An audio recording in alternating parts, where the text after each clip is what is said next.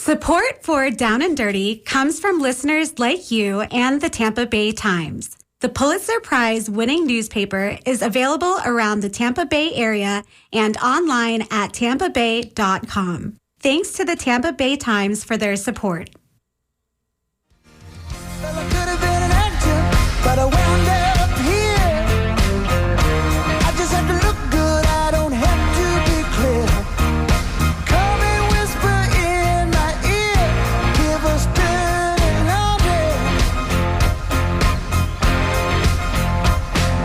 Kick 'em when they're up, kick 'em when they're down, kick 'em when they're up, kick 'em when they're down. Good morning, good morning. Jason, was that you murmuring? Yeah, it was a my dulcet baritones. Good morning, this is John Dingfelder, and you're listening to WNMF Down and Dirty. We've got a great show for you this morning. We'll be talking to two good friends of mine, Emily Hinsdale and Janet Zink-Scherberger. Good morning, ladies. Good morning. Good morning. Yeah, we are, well, you know what? We'll just jump right in, Jason. We don't have enough time Why don't to we talk bike or walk right in? Yes, we will bike and walk right in. We could jump. It's technically a non-vehicular means of transportation. It is. It's an alternative mode of transportation. you could Jumping. jump. Very active, good for your health. Yeah, and we could have a song. Go ahead and jump. We're doing a musical now. Anyway, in all seriousness, these ladies are fantastic activists in our community, and we're going to be talking about some organizations that they started: Sidewalk Stompers and Walk Bike Tampa, and some other events associated with that. So here we are. How did you guys first get together on Walk Bike Tampa? Well, right after I left my job at the airport, I ran into Whit Remmer when I was walking in my neighborhood, and he was on the board of Walk Bike Tampa, and he invited me to participate. Emily... I had joined a couple of years before. Who started it?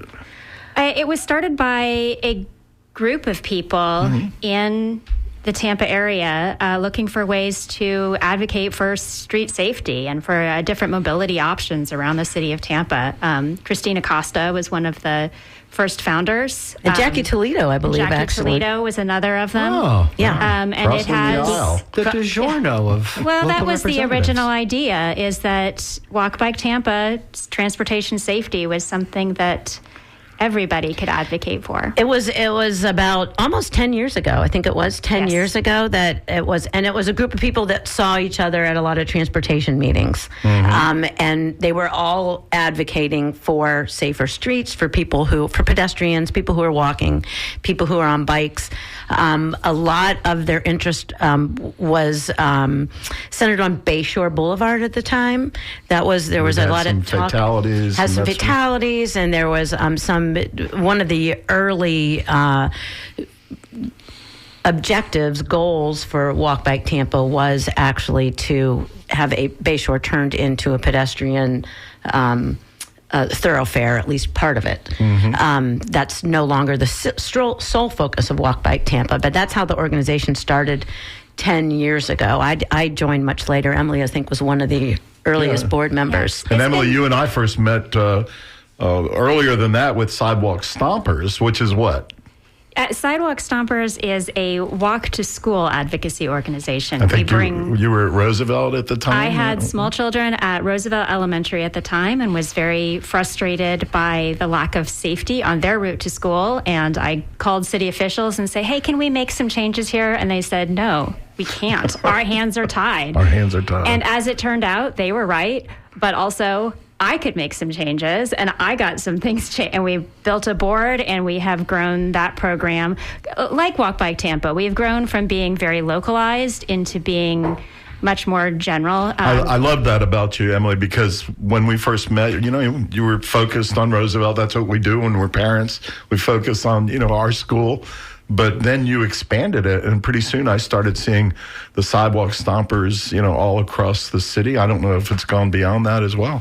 We do occasionally consult in Pinellas, but yes, we are all over Hillsborough County. We have partner schools in the city of Tampa, Riverview, Lithia, Pinecrest, all over the place. We have lots of different programs going. We have 15 active schools, and we expect another 30 to join us for events like National Walk to School Day. And give us some examples of improvements that you were able to facilitate, around your school or around some other schools. Well, I would say the major improvement, the first and foremost, is that when you have larger groups of children walking together, they are safer. So as we incentivize families to choose walking or biking as a route to school, we have larger groups traveling together.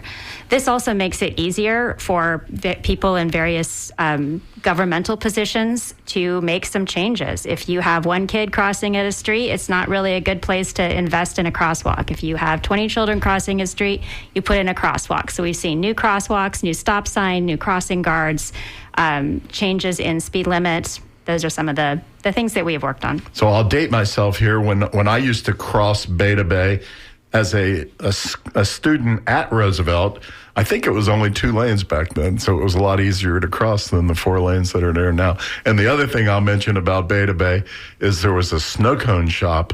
After school, we used to go to the snow cone shop for 5 or 10 cents and get a snow cone, and I'd come home with blue mouth or red mouth. 5 or 10 cents. Inflation. I think you can still get an icy for like $7. $7. Something like that. I read on the website Kitticle, Mass. Am I pronouncing that right? That's right. We're very excited about this. So this is part of World Car Free Day Tampa on September 20th from 9 a.m. to 2 p.m. This is a Walk Bike Tampa effort with several partners. And World Car Free Day. So I take it this is happening all over the world in addition to Tampa. All over the world. It started in different parts of the world. This will be Tampa's 3rd year with World Car Free Day, and it is grown significantly each year. It's done, marked in 2,000 cities and 46 countries all around the world. Wow, that's amazing. So tell us a little bit more about the Tampa activities, and do you expect people not to use their car that day? We expect them to explore some different options. That's what's very exciting about the way that we've set this event up. We have different activity areas where you can leave your car behind and explore on foot, visit different businesses, different tables, meet some neighborhood organizations. And each of those walkable spaces is connected by a low-stress bike network. So you can make your way around across the city by bike. And then we also have some transit options. We have the Hart Route 1 transit corridor. People will be riding that bus and joining us for World Car Free Day. Put their bikes on the front of the bus, perhaps? Yes. And that's on Florida? That's on Florida. Florida from Seminole Heights area to downtown. Actually, it starts all the way up at University. Yeah. And on World Car Free Day, specifically, there's 4 big activity zones that are all connected by a really well-marked bike route. So what people will find, what we like about this is that it's a day for you to see how easy it is, most significantly, to ride your bike from Ybor City to Midtown, which is on Dale Mabry around I-275. Right. So there's a Saturday market at Ybor City. There is at Encore, there will be a big market just for that day. Encore being adjacent to downtown. Encore adjacent to downtown. It's very near downtown around the park there. The name is Perry Harvey Park, right by Perry Harvey Park. All kinds of activities there, music, food, kids activities, and then also there's a market at Midtown. And that what you'll find is that you can easily ride your bike that distance, all the way from Ybor City to this event space, this activity space downtown, to this great activity space in Midtown. And as Emily said, it's only 5.5 miles. It's only 5.5 miles. A good part of it is protected bike lane. Other parts of it are sharrows. Other parts of it, as Emily said, are sort of low stress bike networks where there's not a lot of cars. They're car light, so you can feel safe.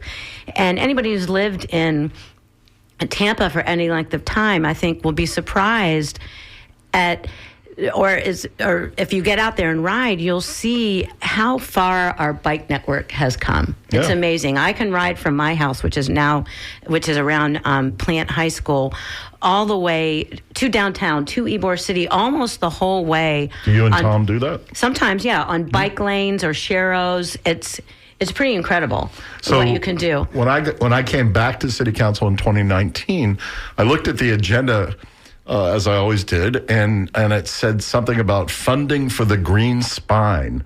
And I thought, that's a weird name. Jason? That's something that RFK Jr. will give you. I got a case of the Green Spine. But don't get a vaccine for it. But anyway, yeah, so the Green Spine, and I said to staff, what's this Green Spine about? And then apparently that's what you're talking about, is these bike corridors, they're greenways, and they've created this sort of spine running pretty much east-west across the city. Yeah, and so this is a day, World Car Free Day on September 20th, is an opportunity for people to really experience that. If you haven't done it in the past, there'll be a lot of people out there. There are things to do all along the way. There is, now it says sidewalk. Are we doing sidewalk art that day or no? There will be chalk available for children to do some artwork. I hope they don't get arrested. No, I'm just kidding. But no, bring your children. Bring your children. There's all sorts of great activities. Well, critical mass. Yes. So that's the critical critical mass. The name is a riff on the critical mass bike rides, where you get a large group of people together to feel safer. The critical mass ride. This will be our second year doing it. We are inviting children to come experience urban cycling, to ride with some big people to see how it's supposed to be done. We start where the Cass Street Bridge meets the River Walk. Mayor Castor will be there to kick us off. Councilmember Lynn Hertak is guiding the ride, and we will ride in the protected bike lane on Cass Street from that location. So that's pretty much by the Performing Arts Center. It is, yes. Okay. Yes.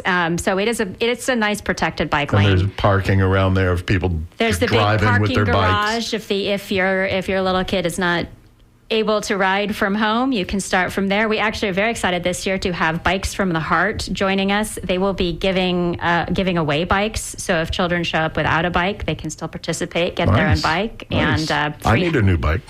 I will make sure that we look at one of the right size. First, I need new knees. Again. If you come to World Car Free Day and enter our drawing for prizes, you may win a bike. There you go. An electric bike. We'll have some electric bikes. That I definitely That'd be need. fine for your knees. Yeah. That I definitely need. If you're just tuning in, you're listening to WMNF, and this is Down and Dirty. We're not so down and dirty today. We're talking about some really good topics, some fun things that are going on in the city. We've got Emily Hinsdale and Janet Zink Scherberger, and we're talking about pedestrians. We're talking about bicycle riding. We're talking about alternatives to cars.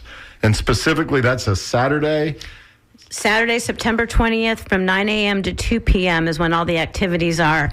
And the way this started, Emily mentioned this is our third annual World Car Free Day. 6 years ago, we did the first Fancy Women's Bike Ride, which is also a worldwide event. They no longer do it, but it started in Turkey.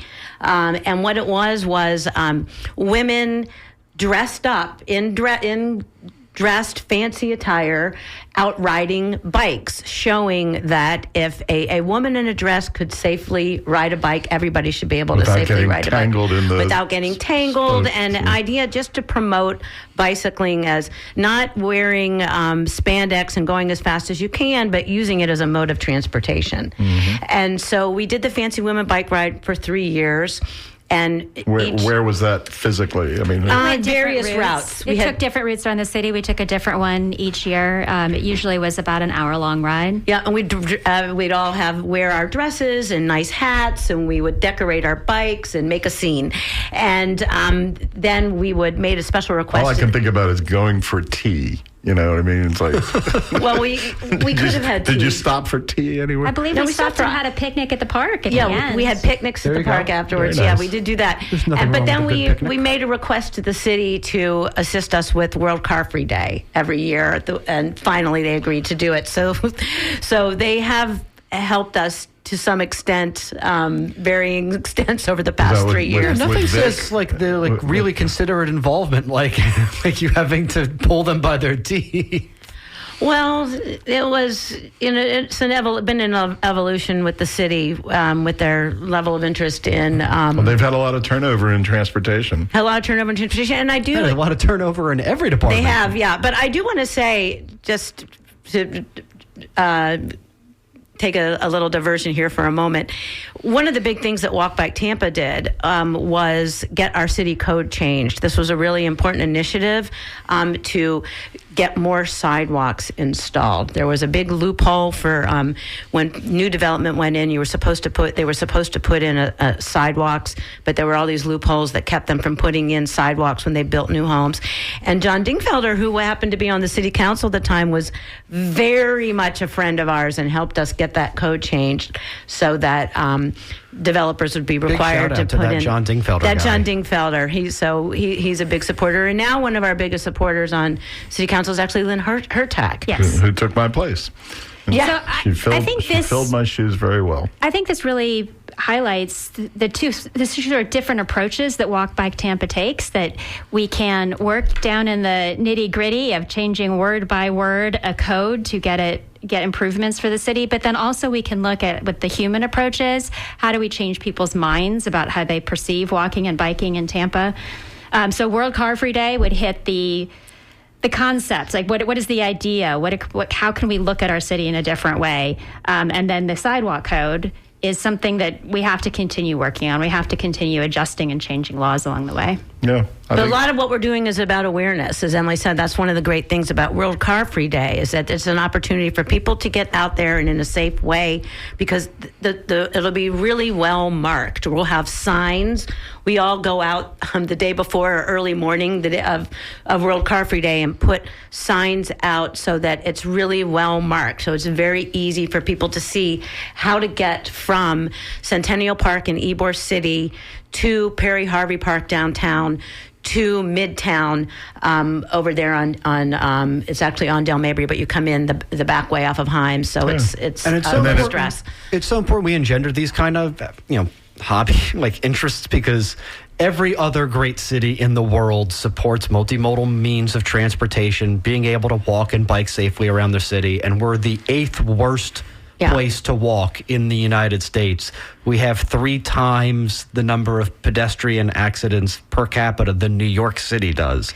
So what you guys are doing is so important, because the more we get people to get out there and walk and bike, the more safe we're making those who choose to do that. Exactly. And that's key about choosing, because it's called World Car Free Day, but we make it clear it's not like we're totally anti-car. The idea is that people should have choices. You should be able to have a choice. If you don't want to have a car, if you prefer to use active transportation, you should be able to do that safely. And it's also about letting people in the cars know how to deal with it. We're so car-centric here. The drivers need to be aware. You go to other cities and other countries where they're used to pedestrians and they're used to people on bikes. It's amazing how the cars stop. They just stop to let you go. That's amazing. Instead of here, a lot of times you have people in these, I heard people call them big truck bullies, beeping at you and flipping you off when all you're trying to do is ride your bike to get a crosswalk. Yeah, exactly. I've got a big truck, but I'm not a bully. So, Emily, I'm curious about this, going back to the sidewalk stompers and the elementary school kids. But I always think it's so important to catch these kids when they're young, to teach them about environmental issues, to teach them about these types of issues, bicycling and the importance of exercise and walking and all of that. So now I assume your children are either in high school or beyond. Yes. And, how'd that come out for you? How'd that work out for you in terms of, what type of children did you produce? Well, I will say that my older child lives in a city now where she does not have to take any form of car transportation. She uses the bus, the train. She rents bikes. She walks. What city is she in? She's in Berkeley, California. Nice. And spends a lot of time in San Francisco. My daughter's the same way. She's in D.C. And for one thing, my daughter hated driving. I taught her to drive. She refused to drive. But in D.C. and Berkeley and places like that, you don't need to. You don't need it. So my daughter this last year championed a resolution through her student council at the university to add a free bus pass to all student IDs. Awesome. Wow. So she, well done. She, for better or for worse, she got the transportation safety bug. You got the bug. Well, and I'm sure a lot of other kids do. So we talked about expanding your program, which is started in South Tampa, and a lot of people have an attitude about South Tampa. But I have a feeling when you expanded it, you probably took it to East Tampa, North Tampa, other places that might not be as plugged into these things. We do. It's very exciting to see how it works in different kinds of communities. Some of our most active programs are actually in South County, where we have literally hundreds of children riding their bikes to a school. Ruskin or Gibsonton? In Riverview. Riverview? Okay. Yes, we have some in Gibsonton, and there's a school in Riverview where we have 500 children each week arriving by bike. They have 10 bike racks that are absolutely stuffed every single day. That's fabulous. And I will note, one of the reasons that the children are able to do that there is a complete sidewalk network throughout the community surrounding that school. The only children there that aren't able to ride their bikes to school are the ones that have to cross 301. Yeah. Also, for World Car Free Day this year, the locations in Ybor downtown and at Midtown have been consistent, but this year we're adding an activity zone in East Tampa that's at the Tampa Well Community Gardens, and there'll be a bike rodeo there, bike safety for kids to go, and there'll be some routes that are marked from East Tampa at the Tampa Well Community Gardens down to downtown, so that people can there'll be a well-marked route from there as well. So we're excited to have Tampa General. We're really excited. Hospital Tampa General has been a huge supporter of Walk Bike Tampa and these safety initiatives from a health perspective, understanding that it's about physical safety as well as wellness. Mm-hmm. So Tampa General, again, is going to plays a big role, and this year an even more expanded role in East Tampa, so that we're hoping that lots of people from the neighborhood will go there and participate in the activities that are going to be at that location. Well, I was so impressed. I saw Tampa General as a sponsor, City of Tampa, Hillsborough County. You had a list of sponsors there, like 20 long, government, corporate. And growing. It grows every year. There are major businesses in Tampa are choosing to come on as partners and sponsors. And I would say daily we get an organization reaching out asking to find a way to be a part of it. Yeah. If you want to join the conversation, please give us a call. It's 813-239-9663. Tell us about your experience bicycling around the Bay Area. Is it good? Is it bad? Are you in the hospital? I'm sorry. Odds are you are. 813-239-9663. We have Emily Hinsdale and Janet Zink Scherberger, no stranger to this radio station. And we are so glad you're here to enlighten us and bring us up to speed. We'll remind everybody at the end of the show about World Car Free Day. Well, hopefully they're not being brought up to speed, because the higher the speed, the more likely the accident will result in a pedestrian fatality. That's 100% true. That is the key factor. Now, Jason, from your house in Temple Crest, I think you could ride your bike over to Florida Avenue or Nebraska, and I could die on the way. No, come on. And you could take the bus down and attend these activities on Saturday the 20th. I mean, listen, to Emily's point and to Janet's point, the only way we're going to start to engender folks to take these opportunities is by having folks like this do the kind of advocacy that gets folks out. I mean, I think any other world-class city you've ever been to, even United States or elsewhere, folks are able to get around in this way. And drivers need to get used to the idea of seeing people out there and share the road. Yeah, and our speeds share the road. It's okay. You can drive your car, but these people want to ride a bike. And our speeds are too high. It's not even necessarily people who want to not drive a car. Some people have to. Some people have no other option. If you have 100%. a disability, frequently the bus is your only way to get around town. And it's expensive. And it's expensive. The bus, however, is free. The number one bus is free. Thanks to Lynn Hertek and City Council. We do have a call coming in. There seems to be a question mark there, but I'll take a chance and see who's calling. Good morning. Who's this?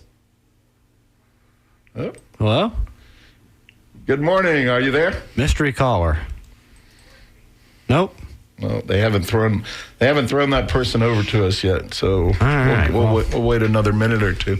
Like I said a minute ago, if you want to join this conversation, it's 813-239-9663. I would love to hear what your experience is bicycling or walking in your neighborhood, in your community, anywhere around the Bay Area. If you're listening, give us a shout. I mean, one of the things I'll say that I find extraordinarily frustrating, particularly in areas throughout South and West Tampa, and in Seminole Heights as well, frankly, where you have folks that are spending an inordinate amount of money to buy a home somewhere in that community, and they don't have any of the basic amenities that would make that neighborhood remotely walkable. There are no curb streets, there are no sidewalks, there are no bike lanes.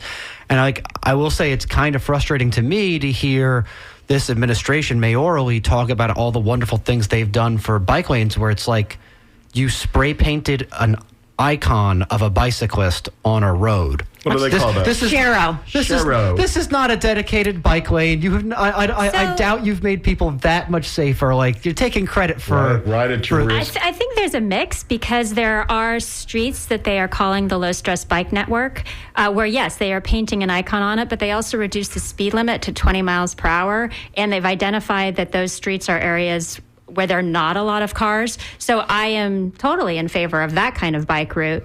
The Shero in the middle of Kennedy, not so much. Right. All right, we've got Dave from Tampa. Good morning, Dave. How you doing? I'm all right, sir. How are you? Good. Tell us about your experience. Well, I've been here in the area since '77, and practically from the time I moved here to about 3 years ago, I've been object of bicycle accidents, being hit by cars and trucks and buses and vans. I'm currently recovering from a accident that happened almost 3 years ago. Oh, goodness. Sorry to hear that. I haven't been on a bike since, and I rode a bike ever since I was 5 years old. So I'm not happy about it, and so what sort of street are we talking about? Like a Bush Boulevard or a smaller street where this had happened? Well, let's see, Gun Highway for one. Oh yeah. And I've always felt daring on there because people. Well, I've been passed by people that try to come as close as they can to me, and you see them laughing as they drive by. Yeah. That was even on the trails and everything. They get groups of people riding 10 or 20 at a time, and they're taking up both lanes. And another time I was coming toward the trailhead off of one of the sites. I don't remember the name. So Dave, have you given up in frustration, or are you going to keep at it when you're recuperated? Well, I've got some issues that I don't know will help me. Got some balance issues, and I haven't been on a bike because of that mostly. Mm-hmm. I think I'm resigned to taking a car, but I don't know. I'll probably try it once again because it's just something that I love to watch and I love to do. Sure. I'm a triathlete at the time, and I was 2 days away from coming back from another bicycle accident when I got hit. All right. Well, listen, we appreciate the call, and I'm sorry you got hurt. You know what? Get out there and walk. Keep it up. Don't get down. All right. Have a good one, Dave. Thanks for calling. You too. You bet. All right. Let's see. Next caller. Next caller is Josie in Wesley Chapel. Are you there, Josie? I am here. How are you? I'm great. I hope you guys are too. Great issue for today. I just want to let people know that, first and foremost, the communities aren't built any longer for bicycle lanes. I've driven into communities because I'm an Instacart driver, and I've had to go more than 5 miles deep without a bicycle lane in sight. How are kids supposed to come out to go to small little jobs or visit a friend? So are you talking about pretty much up there in Pasco? I was driving through Wesley Chapel the other day, and a lot of those communities are fairly new. So even in the new communities, Pasco government's not requiring bike lanes and stuff? No, and it's not fair to the children. However, my community just addressed the issue because they repainted and added the lanes only. And the president of the community requested a bicycle lane for the kids that drive in and out to school. Excellent. Now, if they continue to approve these community that has no bike lane and they're just pumping in homes that has no form of bike lanes for these children, what's going to become of our children? Where's their body image going to go if they can't get out to do little things like that? How are they going to function? How are they going to know what's out there for little jobs, to visit a friend, to go to the park, to play games with their friends at the park? There's no such things in Wesley Chapel. It was addressed to become its own municipality. Well, two things need to happen. One, the government, you need to pressure the government to when they authorize a new development, it's called a PD, a planned development, and they need to include bike lanes in that. And then, like these two ladies said, if the government won't do it, then do it yourself, just like you did in your neighborhood, and you push for it yourself. And good job, Josie. Thanks for calling. And if you care, come out to World Car Free Day and check it out. That's another thing. Bring your family and friends. That's another way. Certainly will. And one of the things I've seen, being a Canadian, you cannot idle your vehicle for more than 3 minutes. I've sat in parking lots, and I've seen people ran their car in the store for over 2 hours in the grocery store. Why is that allowed? Thank you for your time. Thanks, Josie. Take care. All right. Hey, we are getting a lot of calls on this very hot topic. Go to our next Jill call. in Riverside Heights. Jill, are you there? Yes, I am. And you're also in Wesley Chapel? No, I'm in Riverside Heights. Okay. There was a typo there. All right. Riverside Heights, kind of off of Boulevard, right? Yes. So we have absolutely no sidewalks in the neighborhood. And it is... I've walked that neighborhood. Your neighborhood was probably built in the 40s and 50s. Well, my house is over 100 years old, but there's no sidewalks. Yes, the streets are wider. However, there's a lot of cars that park on the street, sometimes on both sides, which makes it extremely narrow for incoming traffic or outgoing traffic. I walk in the neighborhood daily because I have dogs. I have been almost hit hundreds of times. People don't stop at the stop signs. They roll through them. And as a dog walker, they need to slow down when they see somebody with a dog because you don't know what the dog's going to do. I have 4 dogs. Oh, my God. Hey, Joe, I got a question for you. I'm familiar with your neighborhood. You've had a lot of new homes, tear down of old homes and new homes built there. Did the city enforce the sidewalks to be built in front of those new homes? Yes. Okay. But it's only in front of that new home. And the home that was built in the 50s has no sidewalks. So well, and the idea is that at some point, either those older homes will get torn down or the city should come and connect those gaps. Yeah. If it's obvious, if you got new house, old house, new house, the city can build a sidewalk in between because it is city right of way, and the city can do that. And the city should do that. And then you've got 5 houses in a row with a sidewalk, and you and your dog would be safer, right? Yes, 100%. And it's very, very frustrating, the amount of traffic that comes through here, and it's very dangerous. Absolutely. Hey, Jill, thanks for calling. Appreciate it. Thanks for listening. Take care. All right. Well, we've got some more calls, but what do you think about those? I think you're... How about these new subdivisions, Janet, out there in in these suburban, areas, Pasco and Polk County? I would have thought that those county governments would have required it.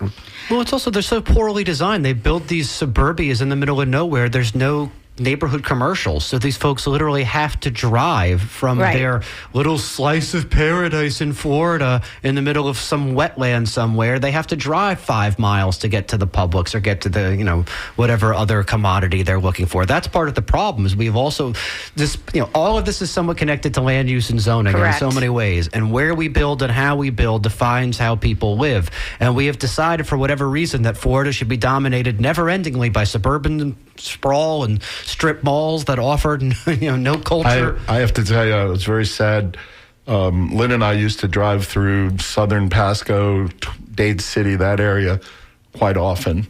And, 10, 15 years ago. And I haven't been there in like 10 or 15 years. And we drove there the other day, and I couldn't believe it.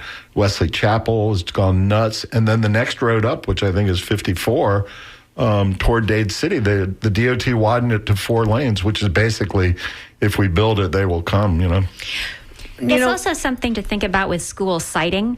Where do you, when you're building a new school, because you have all of these new communities coming in, where do you build it? Do you put it at a place that's accessible to people coming from different routes, coming on bike, coming on a sidewalk? Or do you put it in the middle of nowhere on a 2-lane road that could only be approached by car? So I think that's something that we need to encourage our county government to look at, is how you pick the site of a school that is going to make it accessible to different ways to get to school. Who picks the sites? I think, is it the school board? I think more than anybody. It's the school district. Jason? Yes. I want to piggyback on this, because when we talk about the county, we talk about where, a budget, they say often, is a moral document. It indicates what do you actually care about. Hillsborough County's 2025 budget for transportation, 271 projects for road repaving. How many for safety and mobility? 111. How many for intersection safety? 73. How many trail projects? 6. So there's money for road repaving, which coincidentally you'll find a lot of in Joshua Wassel's Supervisor of Elections report. But there's not a lot for building the kind of pedestrian safety that helps parents and children get to and from school safely. Well, speaking of government, we are honored to have Tampa City Councilwoman Lynn Hertak, who we were just talking about a few minutes ago. Lynn, are you on the air? Yes, I am. Hello. Good morning, everybody. Good morning. Good morning. Councilwoman, it's great for you to join this conversation. I don't know if you've had a chance to listen to what we've been chatting about for the last half hour. A little bit. Okay. I'll fill you in briefly, but we've got Janet Zink-Scherberger and Emily Hinsdale. And predictably, we're talking about Walk Bike Tampa. We're talking about the International World Car Free Day. We're talking about what you put into place, route number 1 on Florida Avenue, which is a free route. And I have a question for you about that free route, because I have ridden it a few times. Is it going to be free next year? That is a very good question. And there were a lot of surveys that were done, and ultimately people said that they would continue riding even if it wasn't fare-free, but what they really wanted was the frequency, because the fare-free pilot was free, but it increased the frequency, or the number of times a bus stopped somewhere every 15 minutes from 6 a.m. to 6 p.m. on Monday through Friday. So the biggest complaint we got was on weekends, people were using it, and there were too many people on the bus because the frequency was every 30 minutes. Wow. So a crowded bus in the city of Tampa. How about that? A crowded bus. Yes, weekend traffic just exploded. Worked with HART, and they were interested in increasing frequency. So what Route 1 will be next year, the fare is going back on, but the frequency from Monday through Friday from 6 a.m. to 6 p.m. will stay 15 minutes, and it will increase to, or rather, it will be 20 minutes from 6 p.m. to 9 p.m., kind of extending that for people who use it after main business hours. And then on the weekends, where it's 30 to 60 minutes, it's going to be every 20 minutes from 6 a.m. to 9 p.m., allowing people to make sure they get where they need to go faster. The idea also was hopefully to get some of those folks who want to head downtown for events to hop on the bus instead of driving. So, for example, to hop on that bus to go downtown for World Car Free Day. Exactly. Where you could join Councilmember Lynn Hertak leading the Kittical Mass Bike Ride. Well, I'll be leading the Kittical Mass Bike Ride in the morning, and then I'm going to bike back home, and I'll be leading the Route 1 bus ride from the Independence. I believe that leaves at noon. but y'all would know better than me. That's awesome. And also, we just got to give you a shout out, Councilwoman Hurtak, for your slow Sunday rides that you do that highlight how easy it is to ride your bike around Tampa. And again, the more people we get out there doing that, the better. The more we see that there's a need for this, there's an interest in these bike routes, and the more the people who are driving understand how to interact with the people on the bikes. And not to put you on the spot, but I think you might be doing one of those slow rides to highlight the World Car Free Day route. Yes, and thank you for bringing that up. Yes, we will be doing an easy Sunday morning bike ride. That's what they're called, and it will be taking, I believe our route is going to be going down to Cass Street and then heading out to Midtown, which is one of the routes for World Car Free Day. Right. So that bike ride, I'm thinking will probably start at 8:30 in the morning, and we usually start at Henry and Ola Park, which is at 504 West Henry Avenue in Seminole Heights. But we will also be picking up riders, and something we do sometimes if folks don't want to come all the way up to Seminole Heights but want to meet us downtown. We'll be picking up riders at Cass and the Riverwalk probably around 9 o'clock. And that's on September 14th? Yes, it is. It is September 14th, Sunday. And I will be putting out some social media posts about it probably today or tomorrow just to get people all excited. And that will, people can find out about those rides by just following me on social media, either Instagram or Facebook. It's just Lynn Hurtak. So, and I love that bus ride is starting from the Independent, because they are actually one of the minor sponsors anyway of World Car Free Day. They've contributed a gift that we'll be doing as part of our drawing, so you can get a basket of beer. So if my favorite way to receive beer. Very difficult to drink out of a basket, particularly if it's wicker. If you're just tuning in, this is Down and Dirty, and we've got a great cast of characters here. We got Emily Hinsdale, Janet Zink-Scherberger, Jason Marlowe, and Councilwoman Tampa, Councilwoman Lynn Hurtak. We're talking bicycles, we're talking safety, we're talking pedestrian safety, and we're talking World Car Free Day. Why can't I September get that? 20th. I don't know. Why can't So, Lynn, here, I might join you on that bike ride starting in Seminole Heights, because you and I are neighbors. And the reason being is it's downhill from Seminole Heights to downtown. And then when I go home, I can take the one back up. Yep. There you go. Put the bike on the bus. Put the bike on the bus. Hey, we've got some callers. Councilwoman, hold on.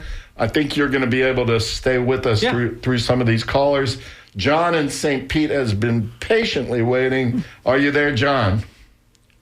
I am here. Thank you. All right. Let's do it quick. We got 5 callers waiting. Go ahead, John. What your cast of characters is talking about such exciting stuff that everyone's got to call in. They are. We're getting great calls today. Well, I'm John from the Independent. I love that bar.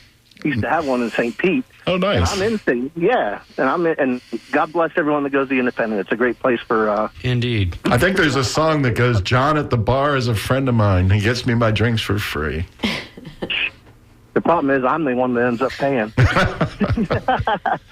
So bus lanes and bike lanes, and Independent's on Florida Avenue, very popular road. In St. Pete, we got 34th Street, also US 19. All the bus lanes and the bike lanes seem to be in the same, place. They're not on the main road, but a couple off. Maybe like in St. Pete, they're Central Avenue, but the bike lanes are on First North and First South. Go one way. There's the buses. Is there a reason why bike lanes, or should bike lanes follow where bus lanes are? Because people expect the buses to be slower to stop and go, and maybe that's a safer place to put. Good question. I believe it's an issue of connection, that when you are leaving the bus, you are not suddenly and instantly at your destination. You usually have to either walk or bike to wherever it is you're going. So they are looking for places where the bus route can connect with alternative forms of transportation, so people can make it the rest of the What do route. they call that? The last... First mile, last mile. Yeah, very good. First and the last mile. Hey, John, thank you. Yeah, thank you guys for your show. It's great. Thank you guys. All right, thanks for calling. All right, we're going to run through these real quick. Yeah, we got Megan in Pasco County. Megan, are you there? Yeah, I'm here. Hi, Megan. What's going on? What do you think about the conversation? I think it's good because I'm a student down in Pasco County, and there's a lot of people who ride their bikes. And there's been collisions where my school, like where the red light is, and there's been people who've been getting hit there. And I think it's good that they're riding bikes because it can force more people, and it'd be better on the environment, even though it's like a little bit of an impact. Megan, we love the fact that you're listening and that you care. They have a website at Walk Bike Tampa, and they have a lot of information. They have a lot of experience in these issues and can help you advocate for that up in Pasco County. And join us at sidewalkstompers.org. We'd love to hear from you. Our Facebook or Instagram, Sidewalk Stompers. Okay, I will. And what grade are you in? I'm in 9th grade. Oh, fantastic. You playing hooky today? I'm actually in the car right now. Well, get to class and stay in trouble. Thank you so much for calling. No, Jason, that would be you staying in trouble. I live in trouble. Make good trouble. Good trouble. Thank you, Megan. Appreciate it. Yeah. That's funny. Gary in Largo. Are you there? Hey, yes, thank you as always for being the best radio station in the country. And I'll be real quick, like bullet point. I live in Pinellas, unfortunately. I think it's the second highest pedestrian and bicyclist fatality and injury rate in the country. And I know why. For one reason, we had chartered a linear non-motorized park called the Pinellas Trail. Now they've let so-called e-bikes, which are actually electric motorcycles, dominate the trail. Wow. There's all kinds of carnage from that. Number two, the sheriff told me, if you're scared about bike riding and you don't like being hit by e-bikes and cars, don't ride a bike. That's what he said to me after I was hit and run in a park and severely injured. The sheriff said that? Yeah, Sheriff Galtieri. Wow. Complete MAGA.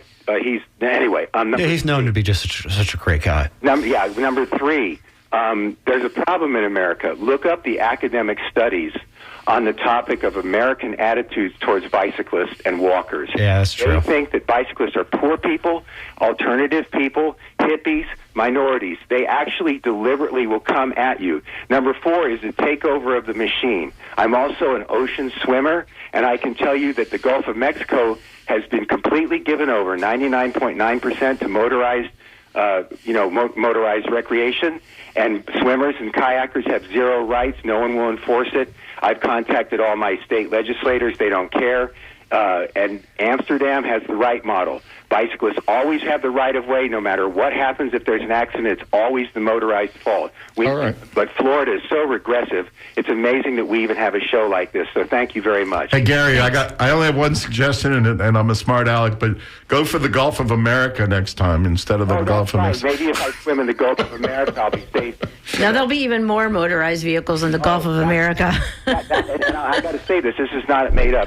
They target me. Like the MAGA flag boats, they could be like a half mile west of me. Then they see me and they come straight at me and they start yelling at me and telling me, you shouldn't be swimming out here. You shouldn't be swimming. Yeah, big boat bullies. Of a violent incident off of Indian Rocks Beach, that'll be me. All right, Gary. Stay safe, man.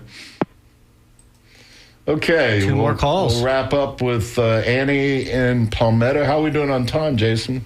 We still have about 5 minutes left. God, the phones just keep ringing. You ladies are bringing in the calls. And I think we lost the councilwoman. So, Lynn Hertak, thanks for joining us today. Thank you for calling. Annie, are you there? I am. Can you hear me? Yeah, beautiful. Yeah. Hi. First of all, you do have the greatest radio station. Thank you. You rock. Did you say the greatest show on the greatest radio station? Is that what you said? Station. Oh. Shows a part of that. Yes. Easy, John. Easy.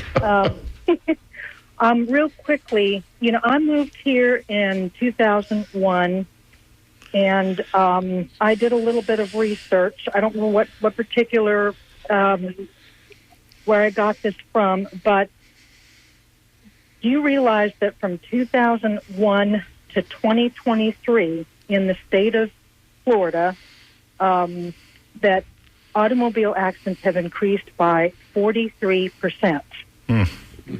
So we have way too many people that have moved here. The majority of the congestion is where people are living, the southern, part of half of Florida, along the beaches, close to the beaches. That's what people think Florida is, and that's all they think it is.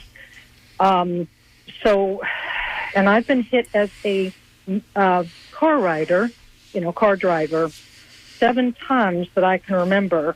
I drive safe. At the age of 62, I've never even had a speeding ticket. I'm very careful. And I'm afraid to bicycle because if I'm getting hit in my car and I have damage to a couple different accidents, Annie, you're right. We've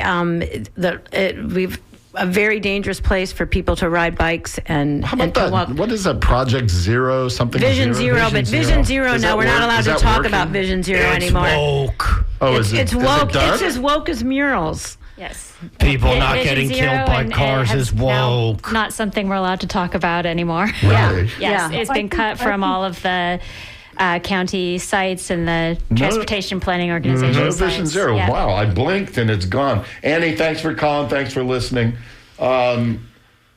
We've got Tom in Tampa who wants to talk about murals, but we've sort of run out of time. I'm gonna have all next week's show. We're gonna be talking about street murals. Let's Tom, do it. how are you, sir? Good. Just wanted to bring up the gaslighting DeSantis has been Please do. stating about the murals. Yeah, The murals were approved by the Florida DOT as a safety enhancement, and now he's claiming that they are a distraction. What do you all think about that? Yeah, we are. We're out of time, and I made an executive decision, Tom. Next week, my entire show is going to be about the murals. Let me just read this quote real quick. It is a fascist. I was researching last now. This is exactly what happened in the 30s. Okay, in Nazi Germany, they started with art. Yeah. They started with art, and they moved on from there. And real quick, I just want to say that both Sidewalk Stompers and Walk Bike Tampa have done murals, street murals, crosswalks, painted crosswalks. We did them as community projects. Emily was very involved with one at Roosevelt. Kids who worked on these as a community building project, safety awareness project, now they're seeing them being taken away. What message does that send to those kids who were involved in this? Unbelievable. Yeah, and let's give a big shout out to some of the folks who are actually standing tall against this. Ken Welch, the city of Del Rey, Orlando have been extraordinarily vocal. They're standing tall, but it's still happening. No, it's true, but at least they're saying something, unlike a certain mayor of a certain city. Tom Scherberger, we appreciate you. Call in next week, and we're going to have a lot to talk about these street murals. Okay. All right. We love you, bud. Take care. All right. We've got Anonymous wants to talk about Car Free Day. Yeah. Hi. Thanks for putting me on. I just wanted to point out that this Tampa World Car Free Day is a event hosted by the Downtown Partnership.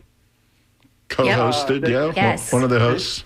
Okay, and the Tampa Downtown Partnership works to privatize public space through enhanced service agreements. They use those enhanced service agreements to utilize private security in public space to brutalize street-based communities and homeless folks.